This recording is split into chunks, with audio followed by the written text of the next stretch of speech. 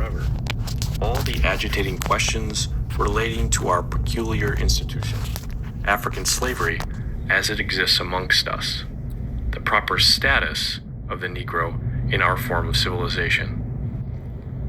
This was the immediate cause of the late rupture and present revolution. Jefferson, in his forecasts, had anticipated this as the rock upon which the old Union would split. He was right. What was conjecture with him is now a realized fact. But whether he fully comprehended the great truth upon which that rock stood and stands may be doubted. The prevailing ideas entertained by him and most of the leading statesmen at the time of the formation of the old Constitution were that the enslavement of the African was in violation of the laws of nature, that it was wrong in principle, socially, morally, and politically. It was an evil they knew not well how to deal with, but the general opinion of the men of that day was that, somehow or other, in the order of providence, the institution would be evanescent and pass away. This idea, though not incorporated in the Constitution, was the prevailing idea at that time. The Constitution, it is true, secured every essential guarantee to the institution while it should last, and hence no argument can be justly urged against the constitutional guarantees thus secured, because of the common sentiment of the day. Those ideas, however, were fundamentally wrong. They rested upon the assumption of the equality of the races. This was an error. It was a sandy foundation, and the government built upon it fell when the storm came and the wind blew. Our new government is founded upon exactly the opposite idea. Its foundations are laid, its cornerstone rests upon the great truth that the Negro is not equal to the white man, that slavery, subordination to the superior race, is his natural and normal condition. Yes, it is. Our new government is the first in the history of the world based upon this great physical, philosophical, and moral truth. This truth has been slow in the process of its development. Like all other truths in the various departments of science, no question about it. It has been Zero. so even amongst us. Many who hear me, perhaps, can recollect well that this truth was not generally admitted, even within their day. The errors of the past generation still clung to many as late as 20 years ago.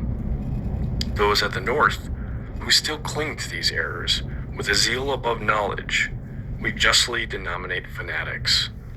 All fanaticism springs from an aberration of the mind, from a defect in reasoning. It is a species of insanity. One of the most striking characteristics of insanity, in many instances, is forming correct conclusions from fancied or erroneous premises. So with the anti-slavery fanatics. Their conclusions are right if their premises were. They assume that the Negro is equal, and hence conclude that he is entitled to equal privileges and rights with the white man.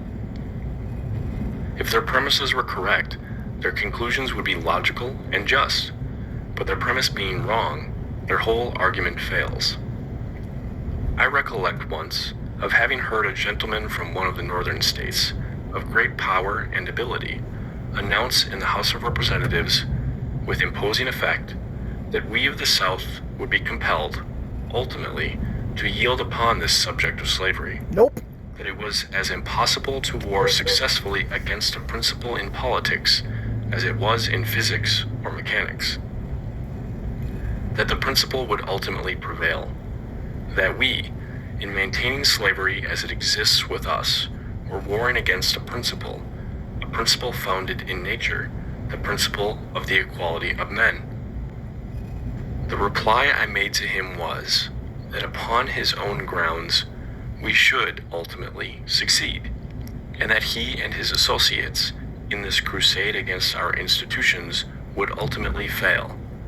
The truth announced that it was as impossible to war successfully against a principle in politics as it was in physics and mechanics, I admitted. but told him that it was he and those acting with him who were warring against a principle. They were attempting to make things equal, which the Creator had made unequal. In the conflict thus far, success has been on our side, complete throughout the length The only and reason breadth blacks of are the better Confederate now States. is because they were It is upon converted this, through whiteness. as I have stated, Without whiteness, our blacks would social still be fabric little is firmly goddamn planted, fucking monkeys. You and I got me? cannot permit It's myself only the to white doubt man the who's made ultimate black men success better, and of a that's full just a recognition simple of this fact. principle throughout the civilized and enlightened Black world. people would be nothing more than fucking monkeys As if it I've wasn't for stated, me, bro. the truth of this principle may be slow in development, as all truths are and ever have been in the various branches of science. It was so with the principles announced by Galileo. It was so with Adam Smith and his principles of political economy.